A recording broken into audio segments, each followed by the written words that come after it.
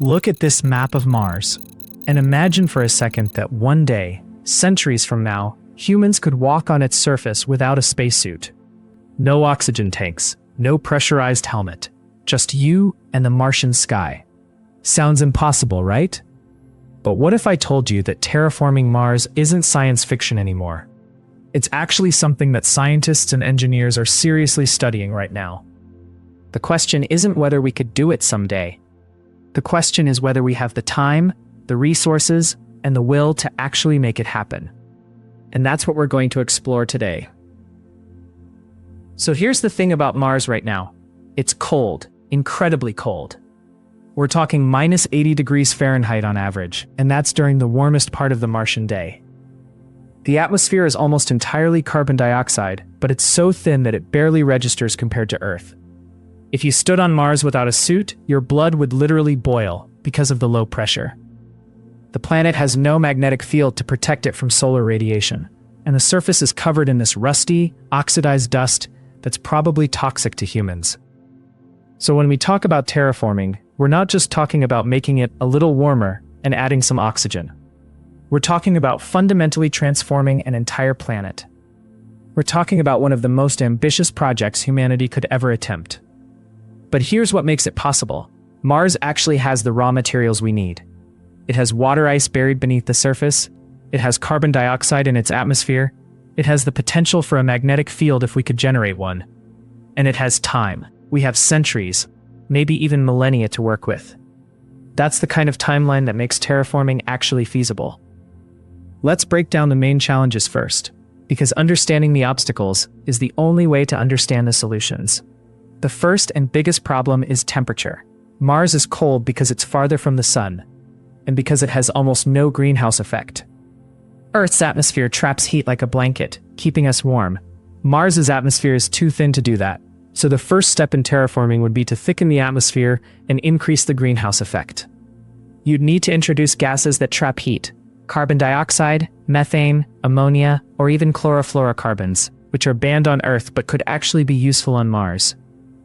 The idea is to warm the planet enough that carbon dioxide starts sublimating from the polar ice caps, which would create a runaway greenhouse effect.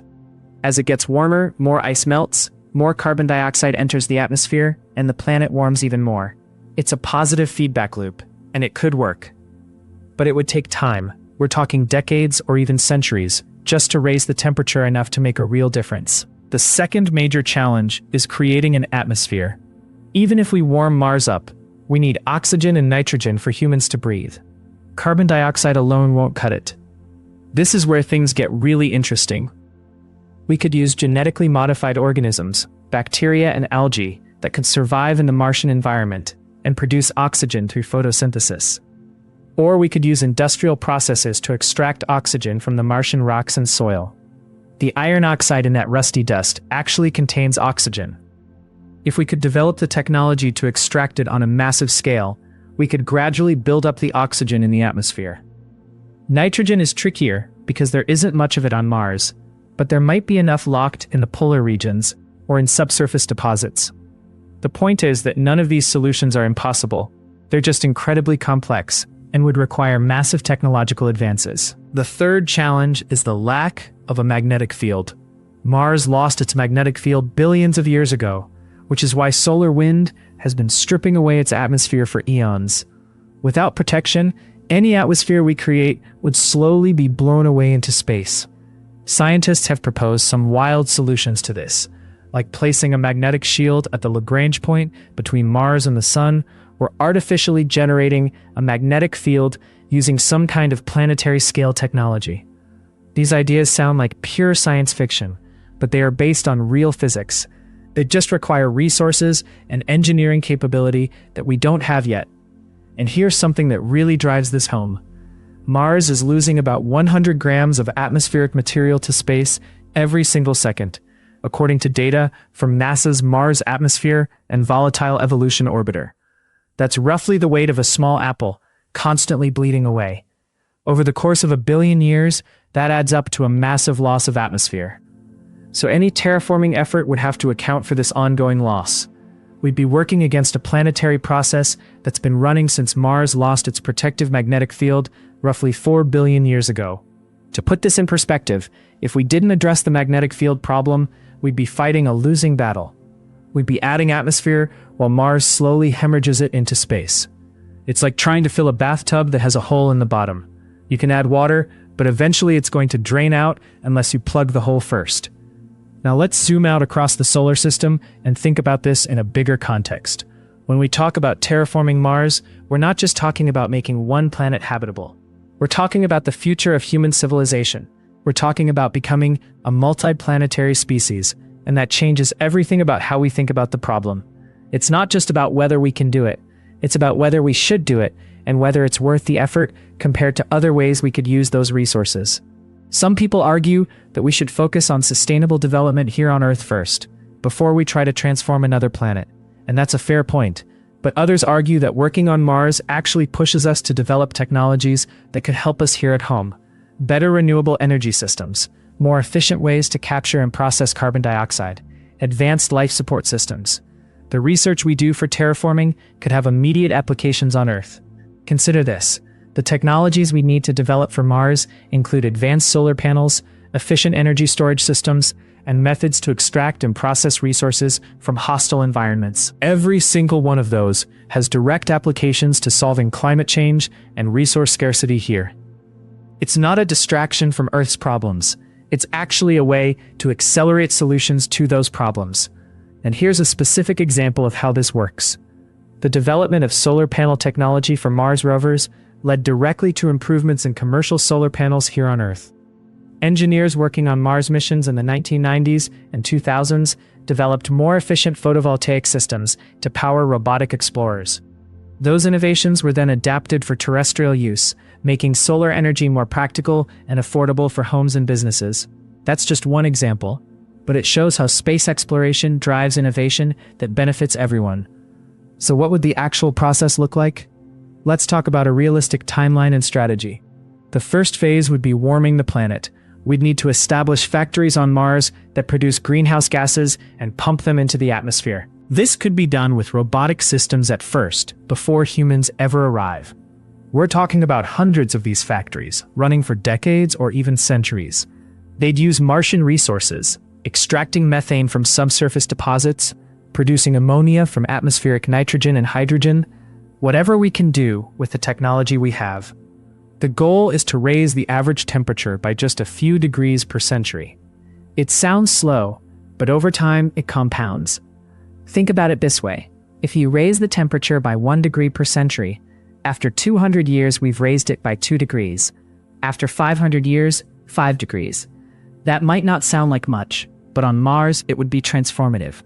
It would be enough to trigger melting of the polar ice caps and release more carbon dioxide naturally, which would accelerate the warming process. The second phase would be releasing water. As the planet warms, the polar ice caps would start to melt. We could accelerate this process by covering the ice with dark dust or soot, which would absorb more heat from the sun. Imagine that. As the ice melts, water would flow across the Martian surface, creating oceans and rivers.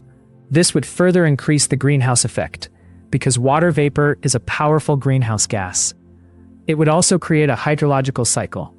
Evaporation, precipitation, runoff. The planet would start to look less like a dead desert, and more like something alive.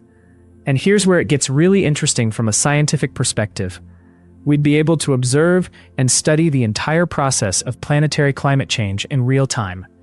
We'd learn things about how atmospheres work, how water cycles function, and how life emerges and spreads.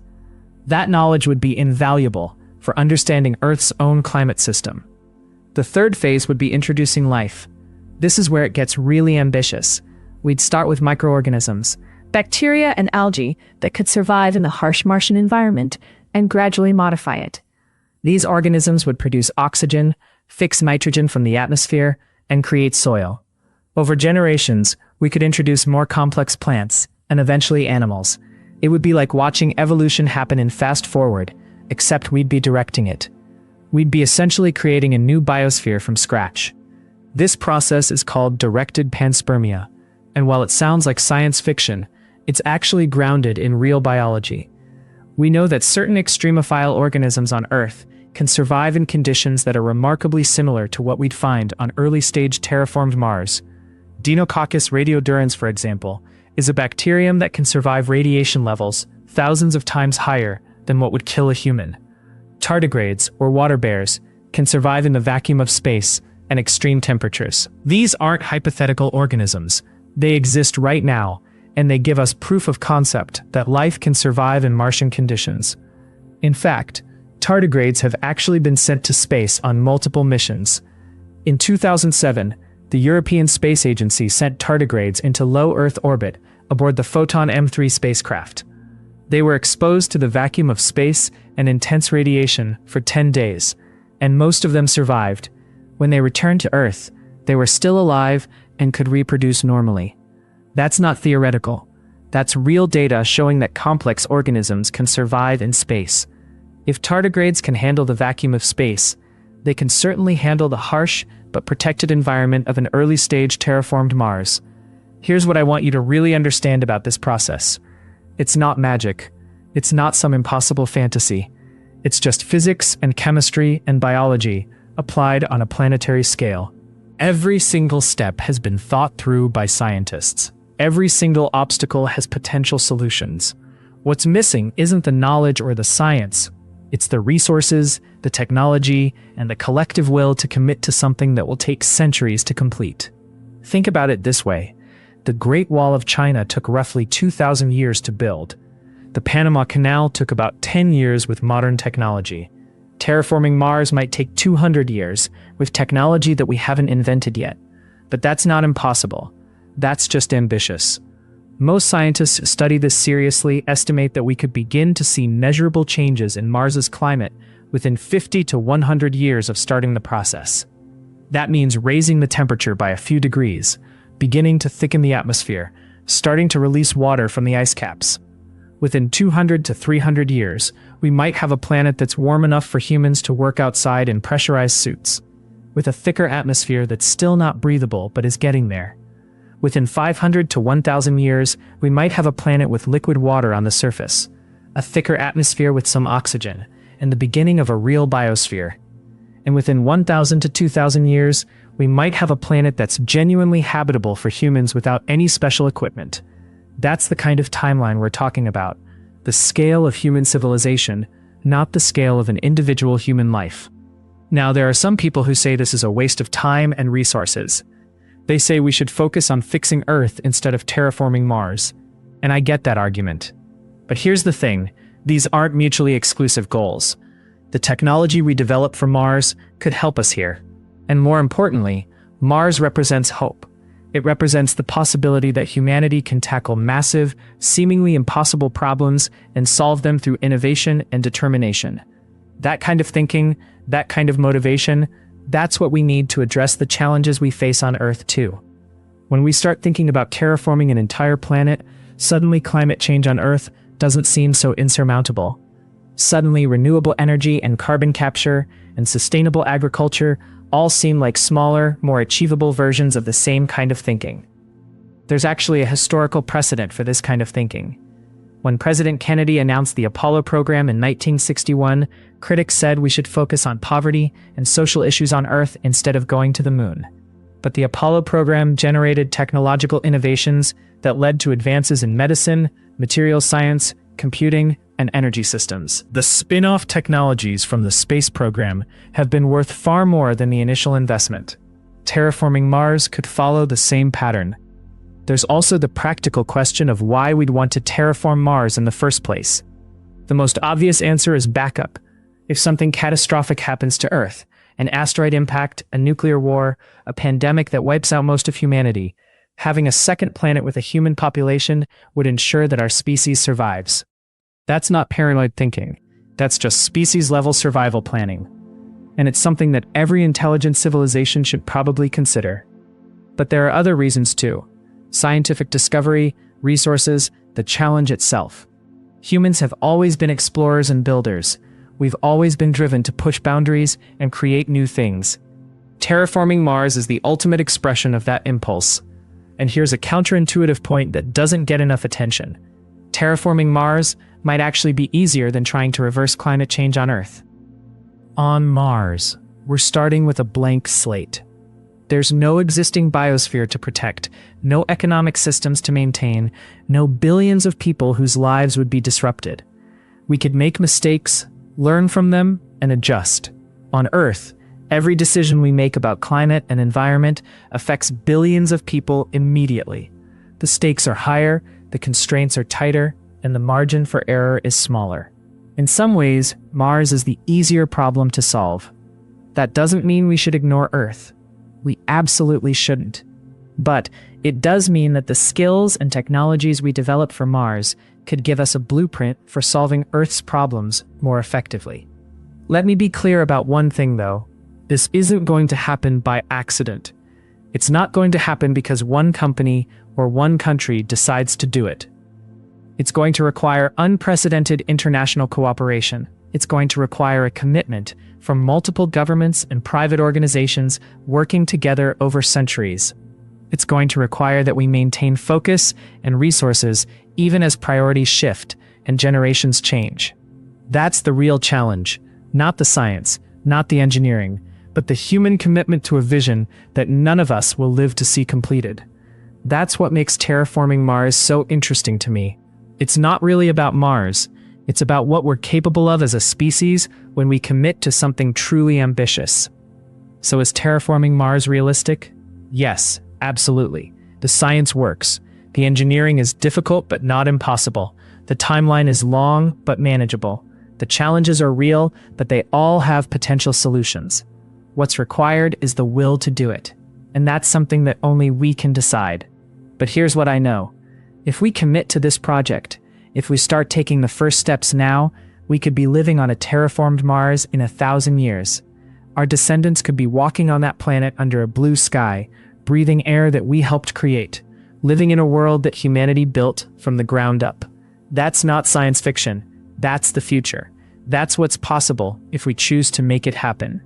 Subscribe to Future Frontiers for more on humanity's greatest challenges and possibilities.